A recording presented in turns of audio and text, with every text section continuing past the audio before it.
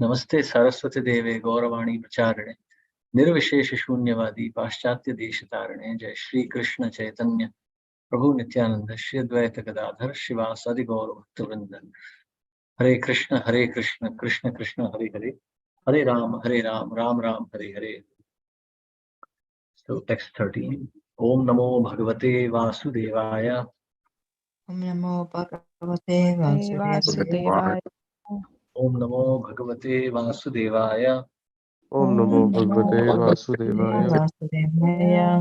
Om Namo Bhagavate Vasudevaya.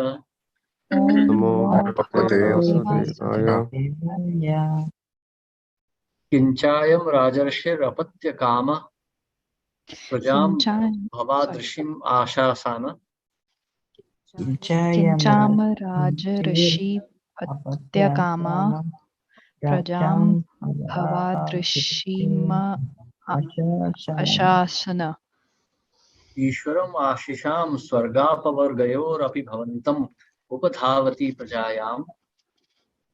ईश्वराम आशीषम स्वर्गापवर्गयोर भवन्तम उपधावति प्रजायाम। अर्थ प्रत्ययो धनदम इवाधन फलीकरणम। अर्थ प्रत्यय धनदम फलीकरणम। Yes, please. May I read, Prabhuji? Yes, please. Thank you, Ji. Hare Krishna, Srila Prabhupada Ji ki Jai. Translation. Dear Lord, he is the great King Nabhi. Here is the great King Nabhi, whose ultimate goal in life is to have a son like you. Your lordship, his position is like that of a person approaching a very rich man and begging a little grain. Maharaj Nabhi is so desirous of having a son that he is worshipping you for a son, although you can offer him in any exalted position, including elevation to the heavenly planets or liberation back to Godhead. Purport. The priests were a little ashamed that King Nabhi was performing a great sacrifice just to ask the Lord's benediction for a son. The Lord could offer him promotion to heavenly planets or the Vaikuntha planets. Sri Chaitanya Mahaprabhu has taught us how to approach the Supreme Lord and ask him for the ultimate benediction. He said, Na dhanam na janam na sundarim kavitamba jagat isha kamaye. He did not want to ask the Supreme Lord for anything material. Material opulences means riches, a nice family, a good wife, and many followers. But an intelligent devotee doesn't ask the Supreme Lord for anything material. His only prayer is, Mama janmani ishware bhagvat bhavatad bhaktir ahatuki tvai. He wants to be engaged perpetually in the loving service of the Lord. He does not want promotion to the heavenly planets or mukti, liberation from material bondage.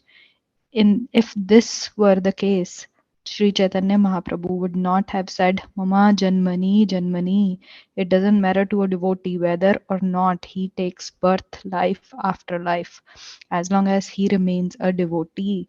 Actually, eternal liberty means returning home back to Godhead. A devotee is never concerned about anything material. Although Nabhi Maharaj wanted a son like Vishnu, wanted a son like God is also a form of sense gratification. A pure devotee wants only to engage in Lord's loving service. Thank you, Ji. Hare Krishna, Prabhuji. Hare Krishna, thank you. Now, this is a very interesting verse. See, Maharaj Nabhi is a great personality. He's not an ordinary mundane person. But still, because he has a little bit of material desire in his heart, the priests are ashamed. So you see, Maharaj Nabhi is so desirous of having a son that he's worshipping you for a son. Although you can offer him any exalted position, including elevation to heavenly planets or liberation back to Godhead. Now, this situation is similar to that of Prajapati Daksha. When the Lord appeared in front of him, he desired to have sons. Now, of course, in this material world, everyone desires to have a wife and children. But a person who is learned, he should have understanding of what is the real benediction. See, a person who is well versed in the Vedic scriptures will understand that Krishna is the source of everything. Aham sarvasya prabhava mattah sarvam pravartati. If Krishna is the source of everything, the so-called pleasure that one derives from family and children, even that is coming from Krishna. So why not desire for Krishna himself? But you see, Krishna is saying, Daivi esha gunamayi mama maya duratyaya. So Daivi esha gunamayi, this divine energy of mine is very powerful. So mama eva ye prapadyante maya metam tarantite. Those who surrender to me, I can deliver. So you see, so long as surrender is not there, the devotee will not be able to overcome Maya. This Maya will act in so many ways, Actually, we are conditioned to think that Maya is some sort of very gross thing. Especially if you see in the Western world, you'll think that Maya is something really gross, vulgar display of wealth or gross bodily attraction to the opposite sex. Certainly this is Maya. But Maya is also very subtle, very subtle, in the sense that, one's duty towards one's own parents. Now, that is also Maya. One may think, hey, how can you say that? That is so exalted. Parents give you your body, they have given you this facility for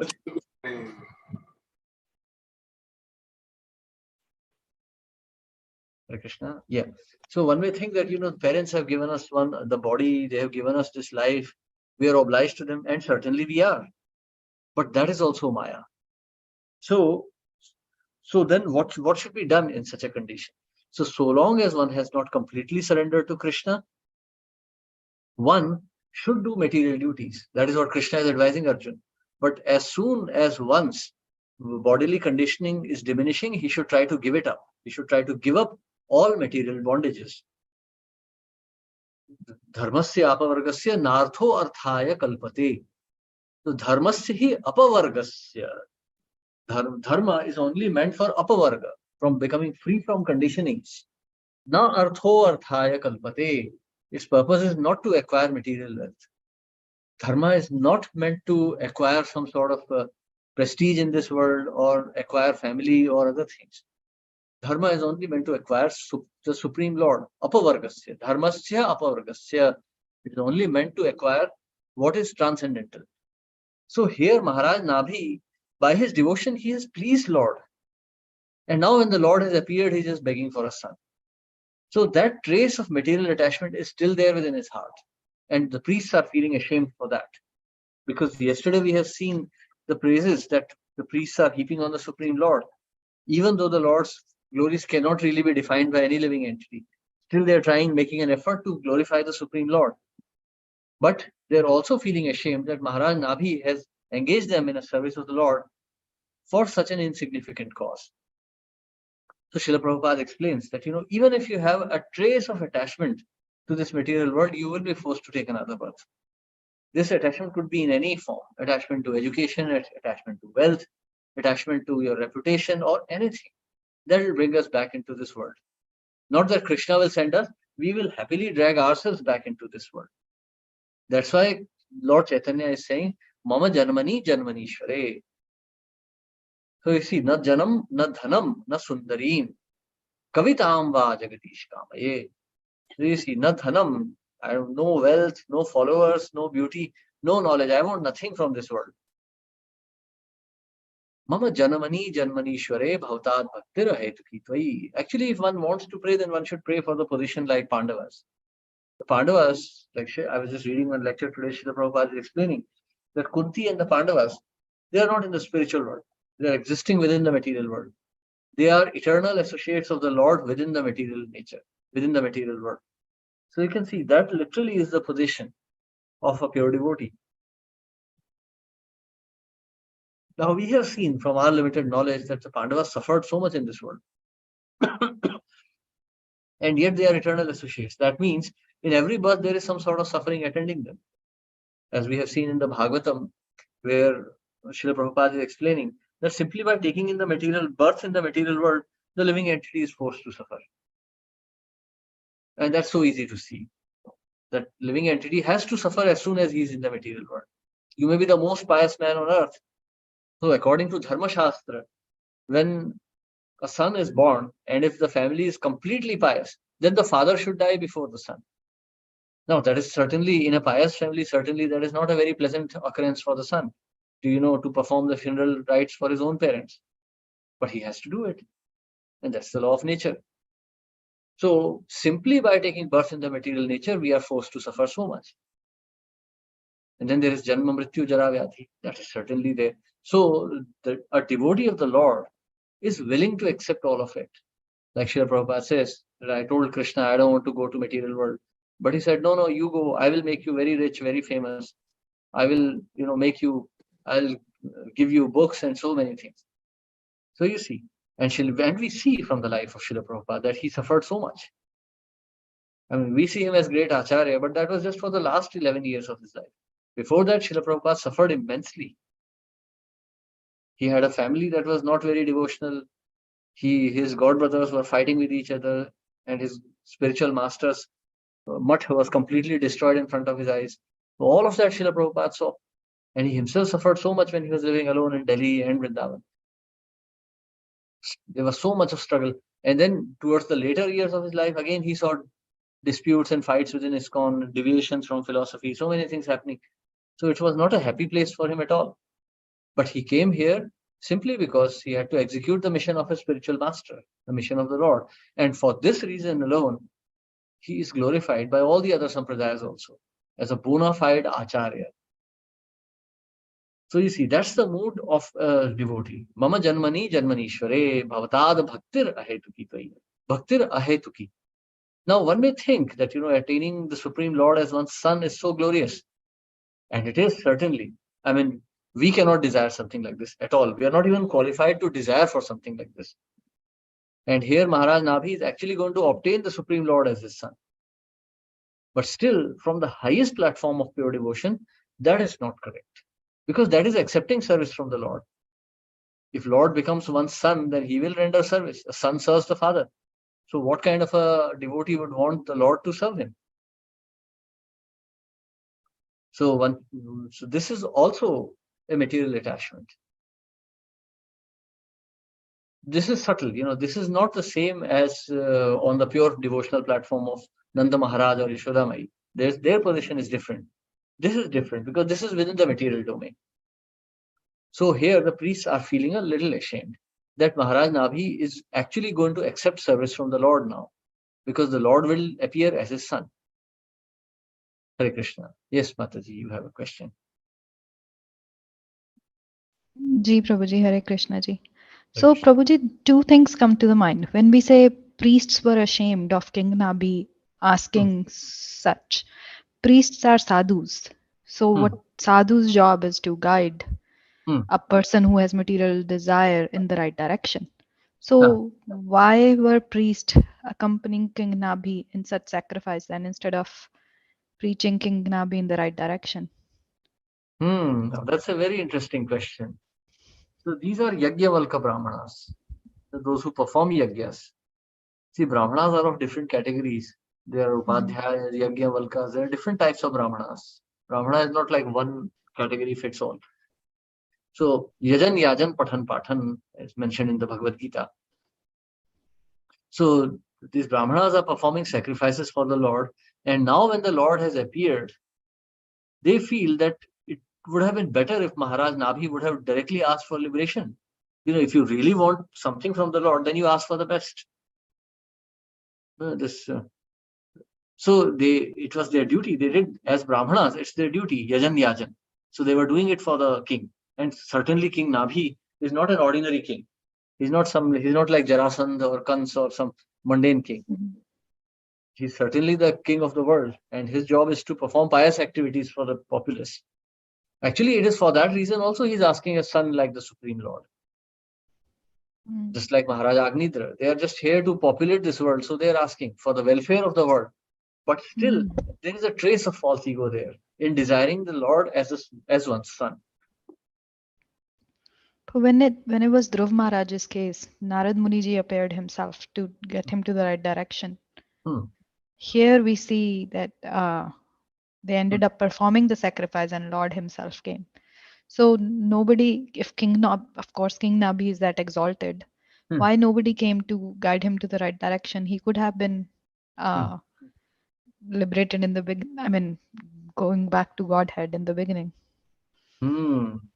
Ye yatha mam prapadyante tams tathaiva bhajamyaham. The Lord seated within the heart knows the desires exactly. That's true. Like we see the story of Haryashva and Savalashva, the sons of Prajapati Daksha. We're going to see them in the later cantos. So there, they were pure boys. They had no aspirations in their hearts. They were just acting as brahmacharis. So Narad Muni saw that as an opportunity. But Maharaj Agnidra, Maharaj Nabhi, they are desirous of sons. Maharaj Priyavrat was not. Maharaj Priyavrat was instructed to become a grahastha. He himself had no desire to be like that. But Nabhi and Agnidra, they had their own desires. And one other thing, when we say, you mentioned Pandavas were so great, Kunti Maharani was so great. Isn't it they were great because everything that they had, they were leveraging for Krishna, for his mission, right? If they had a lot of money, they leveraged that for Krishna. If they had a lot of power, well, a lot of it was to get people in the right direction. So if that was the case with Pandava, when it comes to our practical life, where do we start this in our life? We start by obeying Srila Prabhupada. And So, 16 rounds, read a couple of days. Like, couple of hours. I think day before yesterday, Keshavan Prabhu had given this lecture that, you should practically digest Srila Prabhupada's books. So Srila Prabhupada's books are the basis. Now, one may be a big scholar, Sanskrit scholar or Latin scholar or whatever. But if you have digested Srila Prabhupada's books, you have the entire philosophical foundation. Like, so many times devotees come and ask me, Prabhu, I heard such and such thing. Is it all right?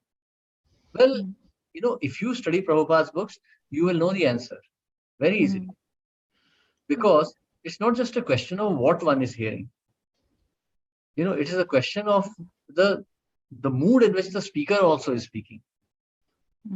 Same Bhagavad Gita as it is, may be spoken by a man who is just desirous of maybe attracting some cheap followers or getting some cheap donations.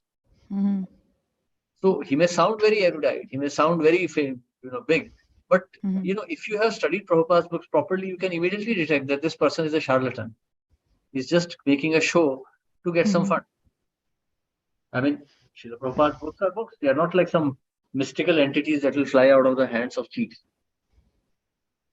Anyone can, like Prabhupada always said that, you can always justify anything with the help of Shastras. I can ask you for a donation right now. I can ask you to sell your house and give me your money and justify that with some quotations from Bhagavatam and Bhagavad Gita. I can do that. And I will convince you so much that you will actually do it. True. So that's cheating. That's cheating. So if you study books very well, you will be able to understand. Because Srila Prabhupada has explained dharma in his books. Parodharma. He has explained Parodharma in his books. He has explained exactly what is knowledge, what is not. So Srila Prabhupada's books are perfect. If you study these books, you will know exactly who is genuine and who is bogus. So you study these books very nicely, chant your 16 rounds, and Paramatma within the heart will guide you. True. I mean, think of it this way. Even in the Vedic ages, how long would a guru stay with the disciple? Yes. I mean, Madhavendra Puri, how many days he stayed with Nityanand Prabhu or Advaita Acharya or Ishwara Puri? Ishwara Puri, how many days he stayed with Chaitanya Mahaprabhu? If I remember, it was just one meeting they had. Or Srila Prabhupada, how many days he spent with his disciples? Yes. But we are very fortunate because Prabhupada has left behind a whole body of literature. His instructions are available at our fingertips. So we should take advantage of that. And then we'll not fall. Now we know. Like immediately after reading this purport, we know what Maharaj Nabhi is doing is wrong. Otherwise, we wouldn't have known this. So you remember this. Then anytime you see some devotee looking for material growth, you will understand that the devotee is not doing the right thing. If in your own heart you start feeling more and more aspirations for material gain, you know that is a wrong aspiration. ठीक है जी, thank you so much Prabhu ji. Hare Krishna. Hare Krishna. Okay, now we continue. Text 14. को वा इहते पराजितो पराजितया मायया नवसित पद्वयाम नृत मतिर. Kova ihate parajitaya maya navasita vadavya navadamatir विषय विषरया नावृत प्रकृतिर अनुपासित महच्चरण. विषया विषया विषयानामृत प्रकृतिर अनुपासित महच्चरण. अनुपासित महच्चरण. May I read? Yes, please. Translation. Dear Lord, unless one worships the lotus feet of great devotees, one will be conquered by the illusory energy, and his intelligence will be bewildered. Indeed, who has not been carried away by the waves of material enjoyment, which are like poison? Your illusory energy is unconquerable. No one can see the path of this material energy or tell how it is working. Purport by Srila Prabhupada. Srila Prabhupada ki jai. Maharaj Navi was inclined to performing great sacrifices for begetting a son. The son might be as good as the Supreme Personality of Godhead, but such a material desire, be it great or insignificant, is brought about by the influence of Maya. A devotee does not at all desire anything for sense gratification. Devotee is therefore explained as devoid of material desires. Anya bilashata shunya. Everyone who is subjected to the influence of Maya and entangled in all kinds of material desire, and Maharaj Nabhi was no exception. Freedom from Maya's influence is possible when one engages in the service of the great devotees, Mahacharana Seva. Without worshipping the lotus feet of a great devotee, one cannot be freed from Maya's influence. Srila Narottam Das Thakur therefore says, Chadiya Vaishnava Seva Nistara Payache Keva. Who has been freed from Maya's clutches without serving the lotus feet of a Vaishnava? Maya is aparajita, and her influence is also aparajita, as confirmed in Bhagavad Gita 7.14. Daivihi esha gunamayi mama maya duratyaya. This divine energy of mind consisting of the three modes of material nature is difficult to overcome. Only a devotee can surpass Maya's great influence. It was no fault on Maharaj Navi's part that he wanted a son. He wanted a son like the Supreme Personality of Godhead, who is the best of all sons. By the association of the Lord's devotee, one no longer desires material opulence. And this is confirmed in Chaitanya Charitamrita Madhya 22.54. Sadhu Sangha Sarva Shastra Kaya, Lava Matra Sadhu Sangha Sarva Siddhi Hai. And Mahat Kripa Vina Kona Karme Bhakti Mein, Krishna Bhakti Dure Rahu, Samsara Nahe Kshay. If one is serious about escaping Maya's influence and returning home back to Godhead, one must associate with a sadhu, devotee. That is the verdict of all scriptures. By the slight association of a devotee, one can be freed from the clutches of Maya. Without the mercy of the pure devotee, one cannot get freedom by any means. Certainly, a pure devotee's association is necessary in order to obtain the loving service of the Lord. One cannot be freed from Maya's clutches without sadhu sangha, the benediction of a great devotee. In Srimad Bhagavatam 7.5.32, Prahlad Maharaj says, Naisha matis tavad urukramangrim sprishatya anartha upagamo yadartha mahiyasam pada rajobhishekam nishkinchinanam navrinita yavat. One cannot become the Lord's pure devotee without taking the dust of a great devotee on his head. Pad rajobhishekam. A pure devotee is nishkinchina. He has no material desire to enjoy the material world. One has to take shelter of such a pure devotee in order to attain his qualities. The pure devotee is always free from the clutches of Maya and her influence. Hare Krishna, Prabhuji. Thank you very much. Hare Krishna. Thank you very much, Prabhu. Very interesting purport. It was no fault on Maharaj Nabhi's part that he wanted a son. He wanted a son like Supreme Personality of Godhead, who is the best of all sons. By association of Lord's pure devotee, one no longer desires material opulence. Now, this is a very interesting part. See, Srimad Bhagavatam is dealing with superlative philosophy. You see, none of these personalities mentioned here are adharma. None of these personalities here are impious. Maharaj Nabhi, his father Maharaj Agnidra, None of them are impious. They are very pious souls. However, as we have seen in the first canto of Srimad Bhagavatam, second chapter itself, we have seen Dharma projito kaitavo. It kicks out, first chapter, yeah, it kicks out all cheating religion. Dharma projito kaitavo.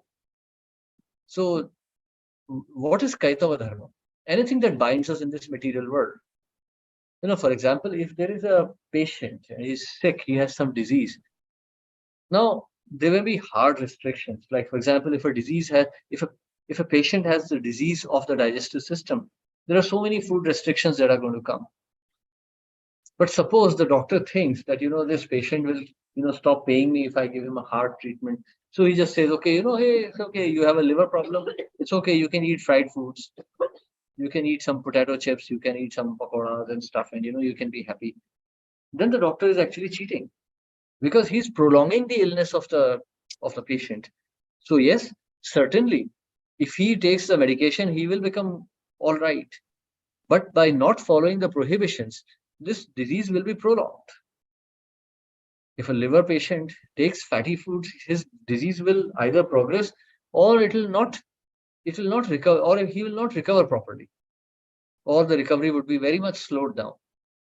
On the other hand, if the doctor is very strict, he says, no, okay, no fats for you. You just take some, some basic juices and you just take some basic nutrients until your liver is completely healed, and then we'll see. Then the patient is not going to like it, but he will recover very soon. So it's just like that. This the Vedic dharma, the path of dharma, artha, kama, and moksha. This is a very long and tedious path with so many pitfalls, with so many encumbrances in between. You never know what mistake you can make. You never know. There is a story in Ramayana which is of the story of Kalanjar monastery. So it's a story not quoted by Srila Prabhupada, but it has been quoted by other sannyasis, so I'm just quoting it here. So once in the assembly of Lord Ram, a dog comes weeping, and this dog is bleeding from his head. So all the associates of Lord Ram are quite surprised to see, and they're quite angry. What kind of a cruel man will hurt an innocent animal? So the dog is complaining. So Lord Ram asked this dog, who caused you this misery? So he says, so and so Brahman actually hit me. Now all the ministers are even more mystified. What kind of a Brahmana hurts an innocent animal? I mean, a Brahmana of all the people. So the Brahmana is invited to the assembly of Lord Ram. And then he's asked, why the dog is complaining against him. So the Brahmana says that, I am performing my morning ablutions and this dog is just, creating a nuisance. So I hit him with a stick. So Lord Ram, now in accordance with the laws of justice, he asked the dog, what punishment do you think is suitable for this Brahmana? So he says, okay, you make him the head of Kalanjar monastery. Now Lord Ram is mystified. He asks, why did you ask for such a thing? So of course, because it's the dog's wish, this Brahmana is immediately appointed as the Mathadhish, or the head of this Kalanjar monastery.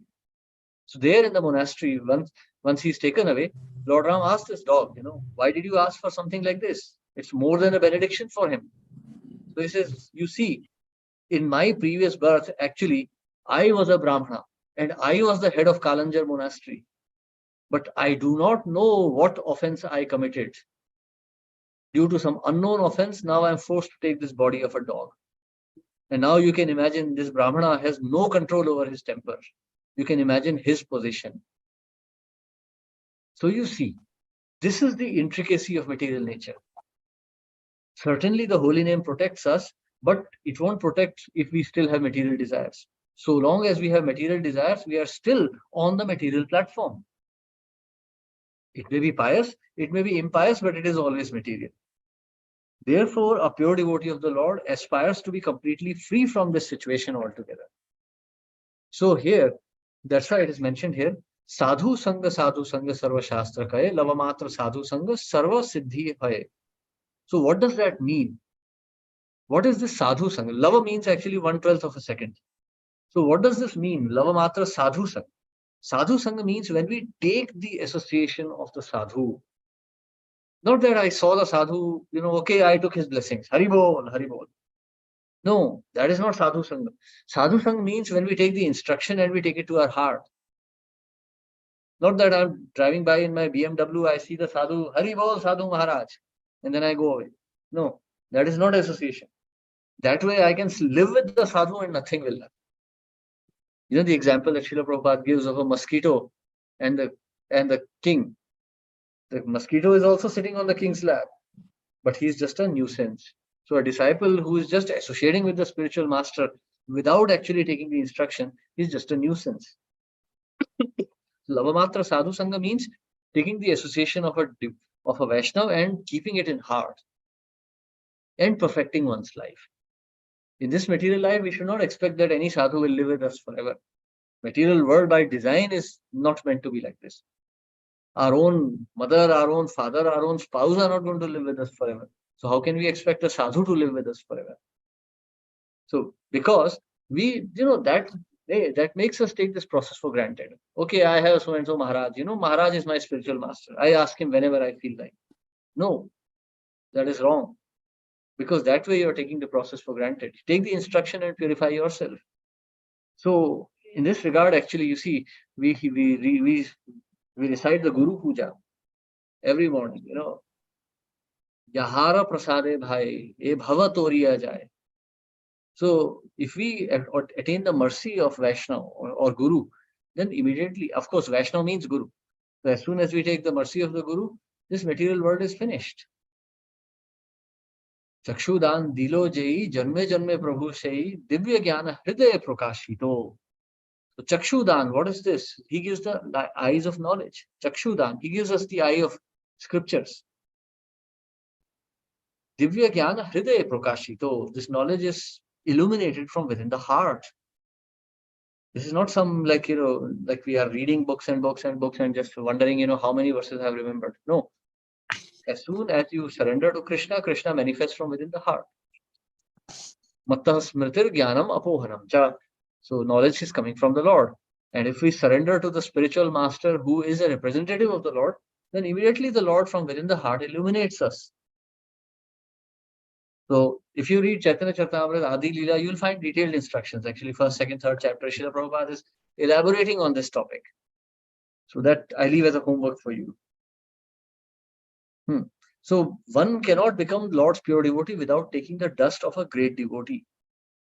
So now another point before this, certainly a pure devotee association is necessary in order to obtain the loving service of the Lord. So what is that, that song we sing? Tulasi Devi, Tulasi Arati that we sing, that, give me shelter in Vilas Kunj. Oh Tulasi Devi, please give me shelter in Vilas Kunj, where Radha and Krishna are performing their eternal pastimes. Why? We are praying to Tulsi Maharaj. We're not saying that, I am qualified, now I will go and see what Radha and Krishna are doing. No. So we are praying. We are praying to Tulsi Devi to give us that. So the Vaishnava can give us that association. If you talk to if your friend is a millionaire's son, then you have access to the millionaire himself. But you can't just barge into the millionaire's house to take his appointment.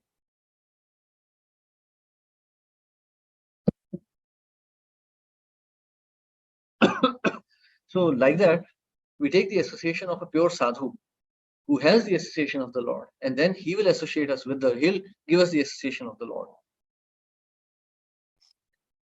And one cannot become a Lord's pure devotee without taking the dust of a great devotee on his head. Pada Rajobhishekam. So this is not some like fake thing. Sometimes we see devotees go and then they'll take some dust from the ground and put it on their head. Okay, now I have your dust. Well, that is not the proper way. I mean, we have read that in Chaitanya Charitamrita or Bhagavatam also, but that's not the way. What it really means is taking the instruction of the Vaishnava. I mean, what dust will do anyhow? Real dust is the instruction of the Vaishnava. By keeping it in our heart, rendering service. Tad vidhi pranipatena pariprashnena sevaya. So that way, by developing humility, one cannot arrogantly approach a Vaishnava and say, hey, I know you are quite knowledgeable, just give me some knowledge. No, it doesn't work that way. One cannot say, okay, I know Prabhupada said this and this, but Prabhupada was like Prabhupada, that was 1970s. No, That is also an offense. A devotee should feel greatly fortunate in association of a Vaishnava.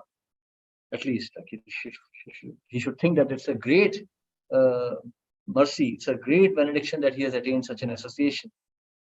And in this way, he should take the association, take the instructions, and apply them in their lives.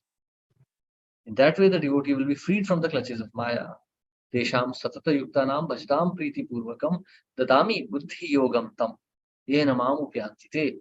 So by continuous service, by in love and devotion, bhajatam priti purvakam.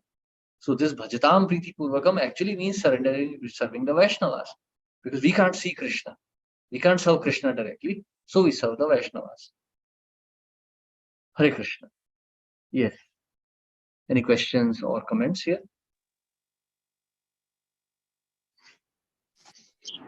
Hare Krishna, Prabhuji. Prabhuji mentioned about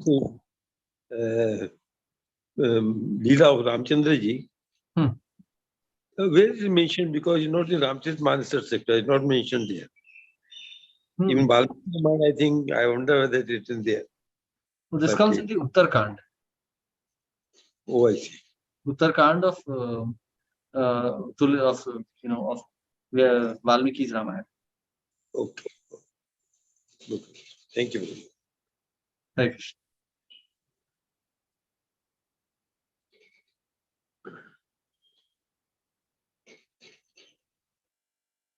Yeah. So we continue.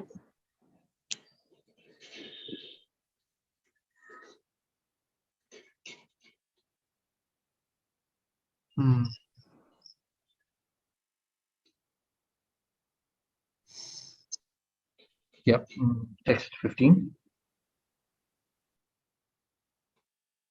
Yad uhavav tam punar adapra kartar iha samahutas tatrarth.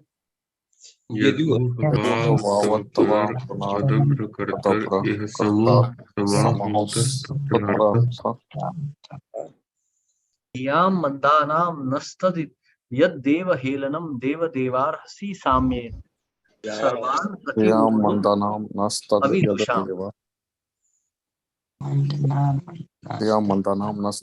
yadadeva helanam deva devarshi kamena sarvan prativodham avedusam.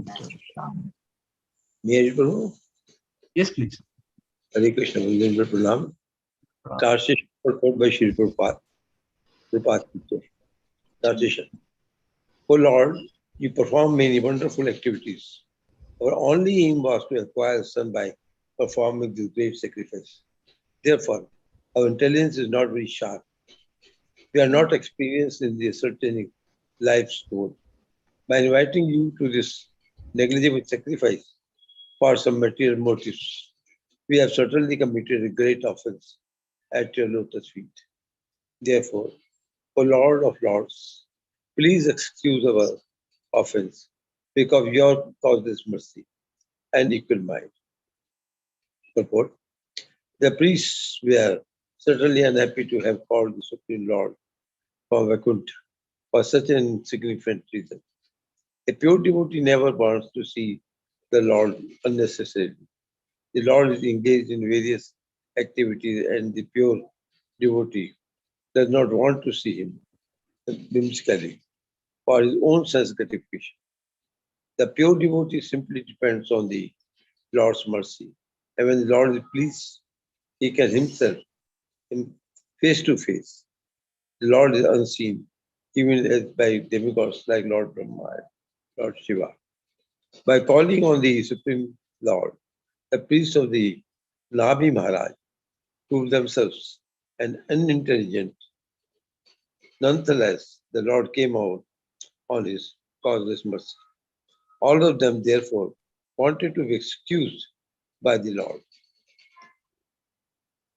Worship of the Supreme Lord for material gain is not approved by the authorities, as stated in Bhagavad Gita 7.16. Chaturvidha Bhajtam Mam Jnanam Sukurto Arjuna Artho Dingyasi Arthati Yani Jai Bharat. O best among the Bharats, Arjun, 4 kinds of pious men under devotional service unto me: the distressed, the desirous of wealth, the inquisitives, and he who is searching for knowledge of the Absolute. Initiation into bhakti begins when one is in the distressed condition or in want of money, or when one is inquisitive to understand the absolute truth. Nonetheless, people who approach the Supreme Lord in this way are not actually devotees. They are accepted as pious Sukritis due to their inquiring about the absolute truth, the Supreme Personality of Godhead. Not knowing the various activities of the engagement of the Lord, each people unnecessarily disturb this Lord for material gain. However, the Lord is so kind that even though disturbed, he fulfills the desires of such beggars. The pure devotee is an abhilasha. Sunya, he has no motive behind this worship. He is not conducted by the influence of Maya in the form of a karma or jnana. The pure devotee is always prepared to execute the order of the Lord without personal consideration. The Ditvaha, the priest of the sacrifice, knew very well the distinction between karma and bhakti.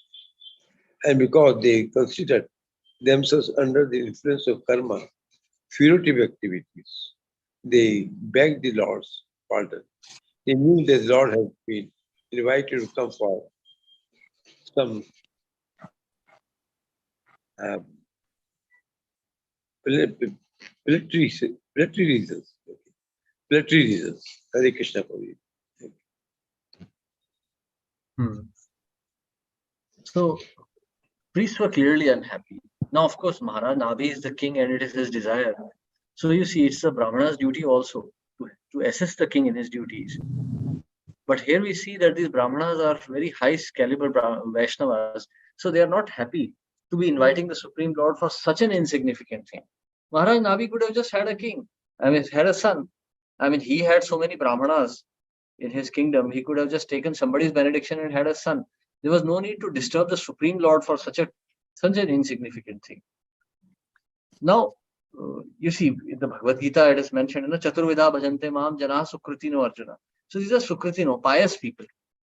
But pious people are also, in a way, not the highest standard devotees. Because in this material world, why are we in this material world? Maithunagar, we are here because we have material attachments. That's why we are here. So therefore, to be present here and then seek material protection from the Lord, that is practically on the platform of an offense. Because, the real purpose of human life is athato brahma jigyasa, not athato sharira jigyasa. So we're not here to, increase the facilities for this material body. We are just here to improve our spiritual condition. We are just here to realize the Brahman. Athato brahma jigyasa.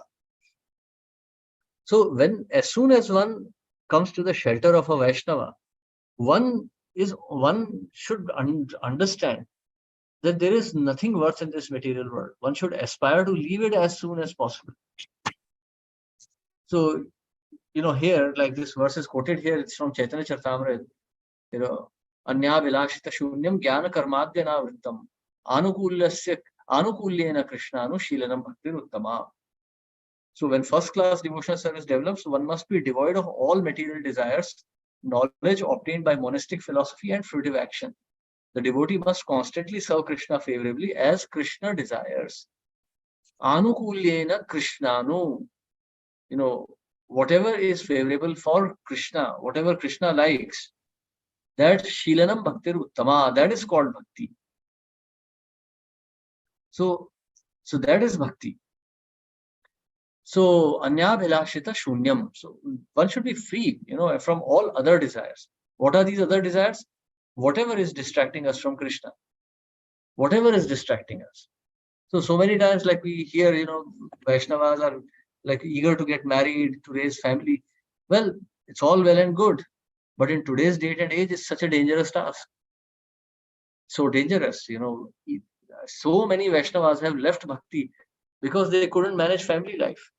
Once you are married, once you have family, then that becomes your primary responsibility. You cannot then escape those responsibilities to think that you will be a Vaishnava. Srila Prabhupada was very strict in this matter. As soon as somebody was married, Prabhupada was very strict. No, now your responsibility is to manage the family.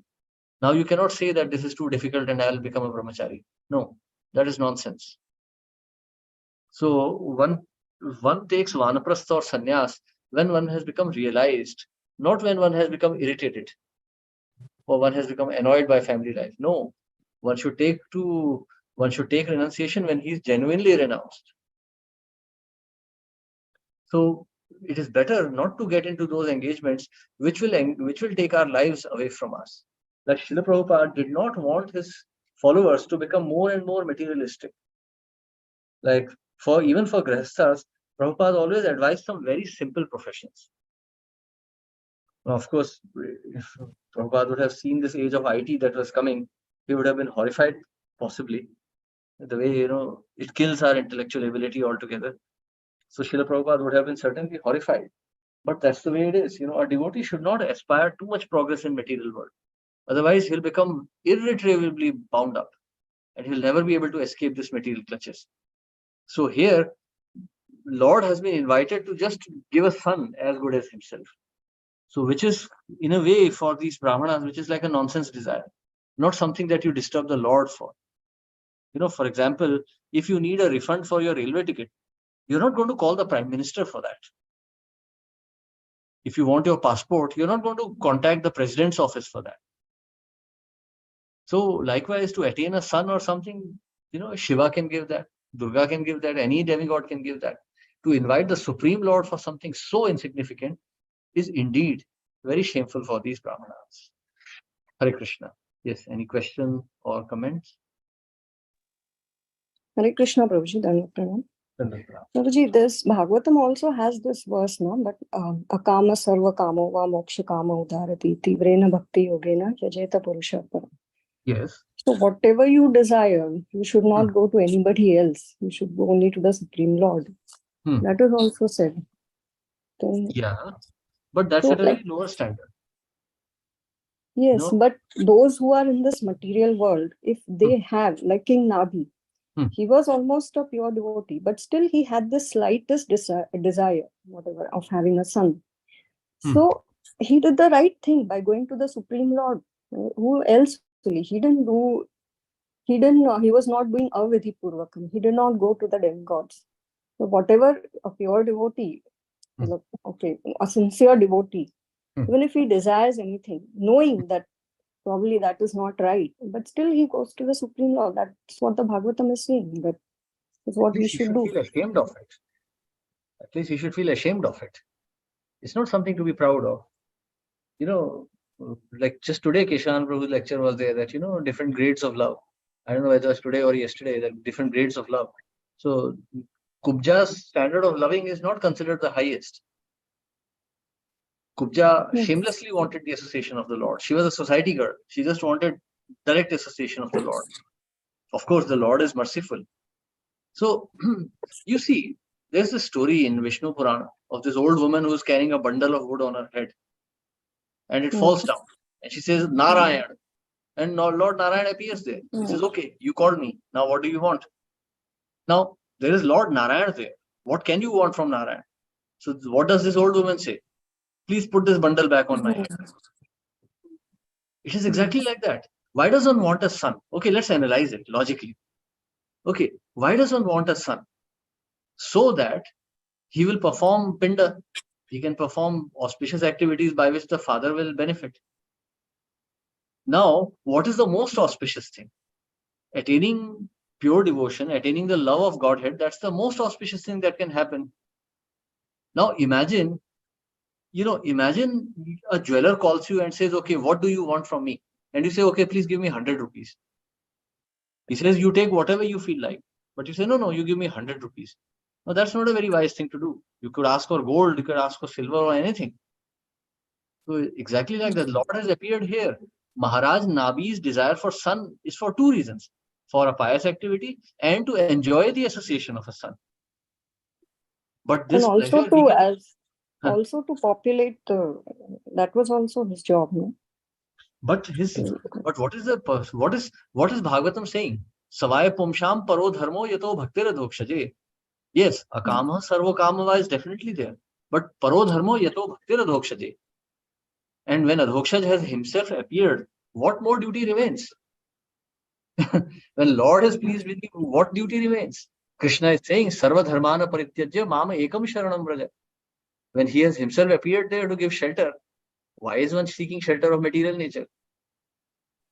So therefore, the priests are feeling unhappy. And one more thing, Prabhuji, did they exactly expect the Lord to come there? The Lord doesn't come during all the yagyas, no?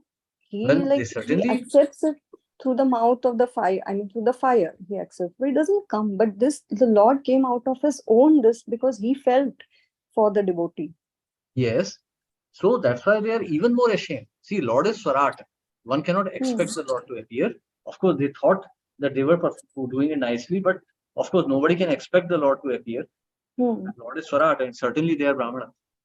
But once the Lord has appeared, why ask him for something so insignificant? His duty is to populate the earth, very well and good. But Lord has himself appeared. If the Lord instructs him to populate this earth, then that's another story. But for me to assume that it is my responsibility, then that is foolishness. You know, you're like, for example, you're working for, say, a Tata group, and Ratan Tata calls you up, says, I want you to go to London and enjoy a vacation. And he said, no, actually, I have to fill up these files before I go. Now, that is foolishness. The chairman himself is telling you, you go and enjoy. And now you're saying, no, I'll just carry some burden here.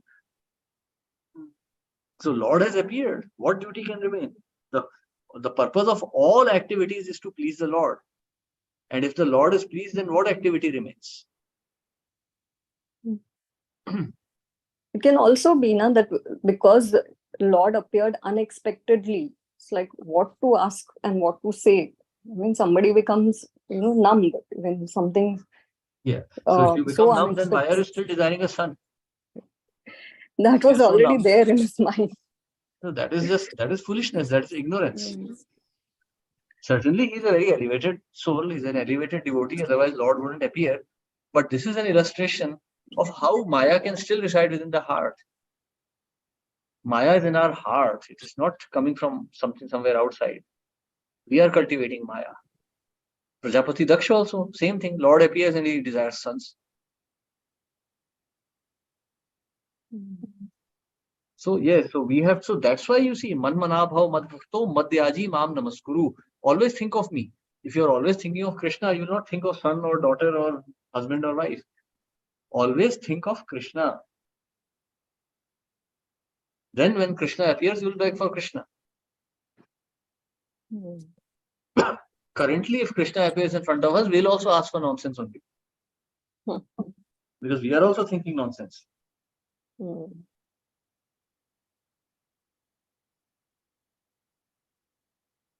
Okay, so we stop here. We'll continue tomorrow with this narration. Thank you very much. Hare Krishna, Srila Prabhupada ki Jai. Jai. Thank you, Prabhuji.